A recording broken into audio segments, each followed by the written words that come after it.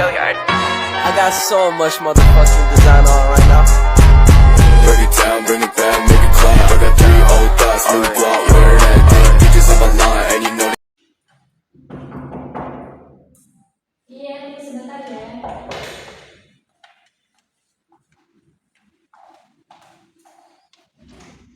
Assalamualaikum Bu. Waalaikumsalam. Silakan masuk ya Mbak. Ya Bu. Silakan dulu.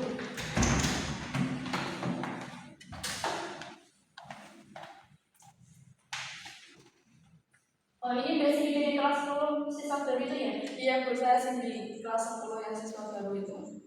Oh bagaimana pendidikan Mbak Cindy ini? Alhamdulillah baik Bu. Tadi sebelum ke sini habis pelajarannya siapa? Pelajarannya Bu Ratna matematika. Oh matematika ya? Menyenangkan apa tidak biasanya? Ya begitulah Bu, saya agak pusing.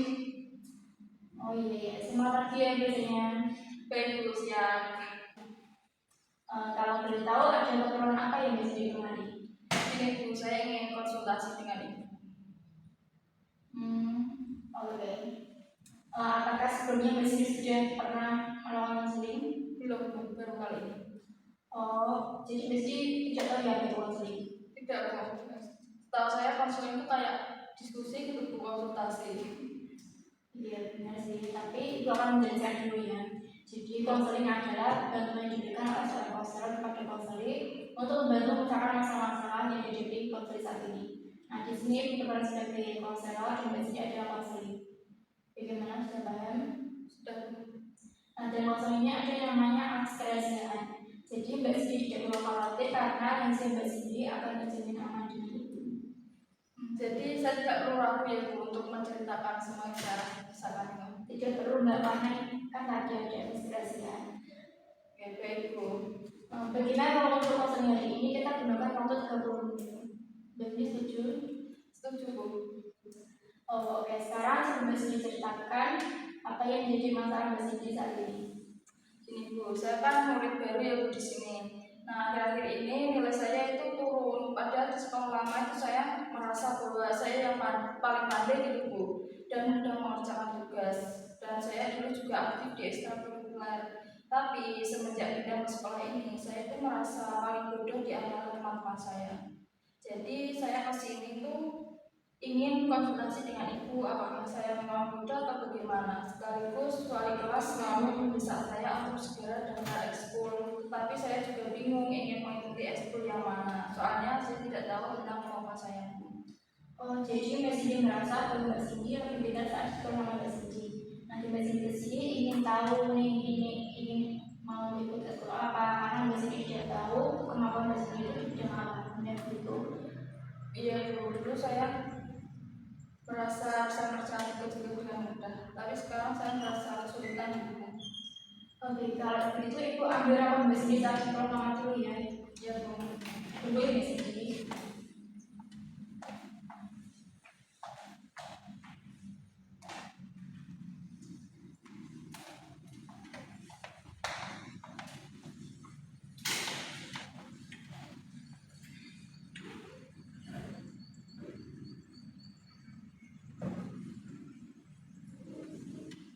Nah, bisa dilihat ini adalah nilai rapor Mbak Cindy di sekolah sama Mbak Cindy.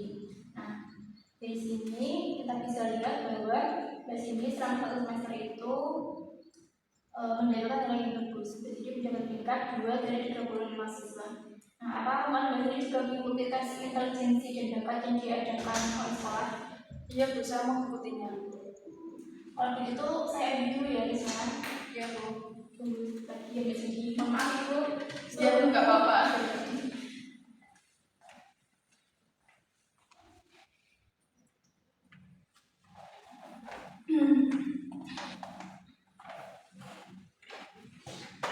Sebenarnya Mbak Cindy, ini adalah hasil tes intelijensi Mbak Cindy. Nah, tapi Ibu ingin tanya dulu, apakah dalam mengerjakan ini Mbak Cindy itu mengerjakannya dengan sungguh-sungguh dan dalam keadaan sehat? Iya Bu, saya mengerjakannya dengan sungguh-sungguh dan alhamdulillah dalam keadaan sehat. Baiklah, syukurlah kalau begitu. Karena kalau Mbak Cindy mengerjakannya dengan salah-salah dan dalam keadaan sakit, itu akan mempengaruhi hasil tes Mbak Cindy. Gitu ya Bu. Baiklah, Ibu akan membacakan dulu ya hasil tes Mbak Cindy. ini menunjukkan dalam intelijensi Mbak Cindy mendapatkan skor 116. Itu berarti Mbak Cindy tergolong di atas rata-rata. Jadi Mbak Cindy memang pandai dan termasuk anak yang pintar dan teman-teman Mbak Cindy. Nah, selanjutnya Ibu akan mengerjakan hasil tes kemampuan khusus atau bakat Mbak Cindy. Nah, di sini Ibu akan menjelaskan dari skor yang tertinggi. Nah, Mbak Cindy mendapat skor tertinggi yaitu 80 dalam bidang relasi uang. Yang artinya Mbak Cindy mempunyai kemampuan khusus dalam mengamati atau menceritakan pola dua dimensi maupun berpikir dalam dua dimensi. Selanjutnya skor 60 dalam bidang mekanik, yang artinya kemampuan khusus dalam mengoperasikan mesin.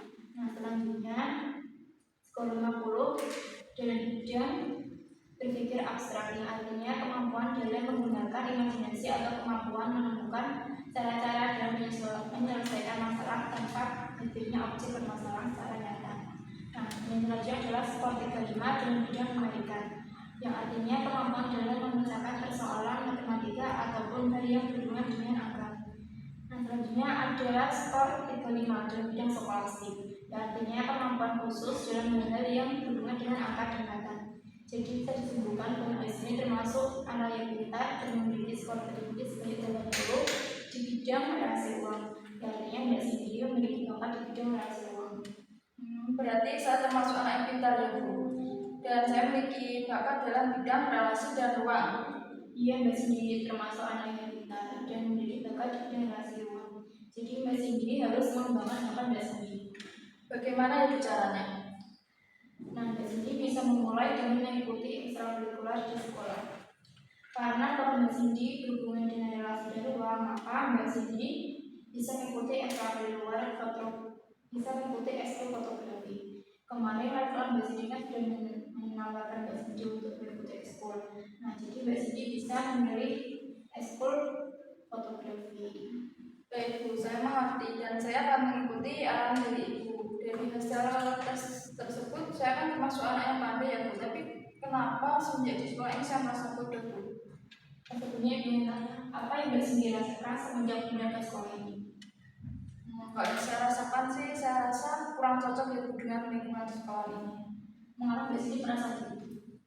Saya tidak suka kepada teman-teman saya Bu, karena mereka selalu mengajak cara-cara saya yang dianggap aneh.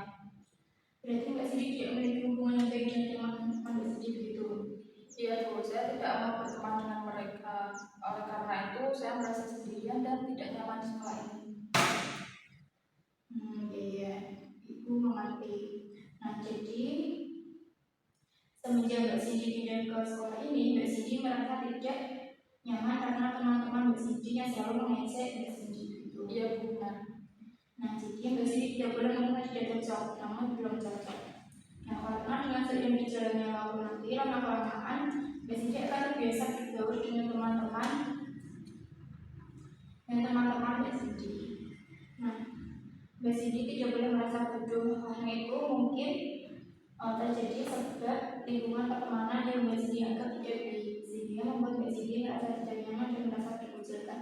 Dan itu akan mengganggu pikiran Mbak Cindy sehingga Mbak Cindy tidak bisa mengelola stres dan baik dan terlibat dalam kegiatan belajar Mbak Cindy. Nah, seperti yang Mbak Cindy katakan, Mbak Cindy menjadi kesulitan mengerjakan tugas dan akhirnya nilai Mbak Cindy menurun. Dan jika tidak segera diatasi, maka Mbak Cindy tidak akan mendapat teman dan nilai Mbak Cindy akan menurun, dan itu mengakibatkan Mbak Cindy tidak naik kelas. Lalu saya harus bagaimana ya Bu? Mbak Cindy bisa memulai dengan pendekatan pada teman-teman Mbak Cindy, dan Mbak Cindy tidak boleh mudah tersinggung.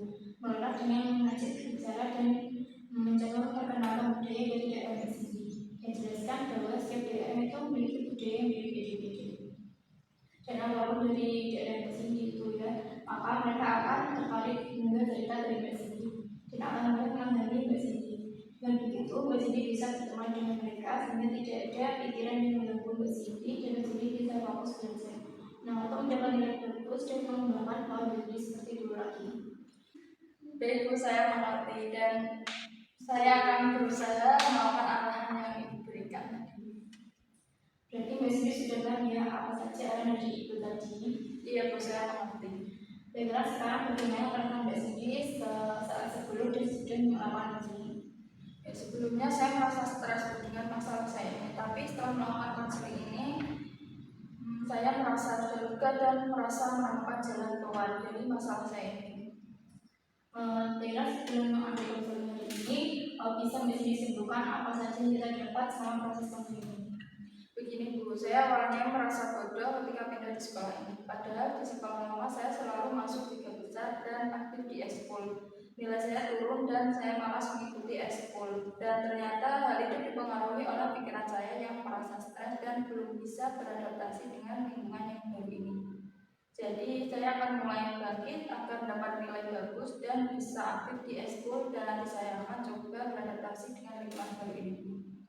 Bagus sekali Mbak Cindy ya. Kalau begitu kita akhiri konseling ini. Nanti kalau ada apa-apa bisa hubungi Ibu lagi atau bisa komen lagi. Ibu akan dengan senang hati membantu Mbak Cindy. Baik Bu, terima kasih ya Bu sudah meluangkan waktunya. Kalau begitu saya izin kembali ke kelas itu. Iya Mbak. Hati-hati Mbak Cindy. Ya Bu. Sampai ketemu. Waalaikumsalam.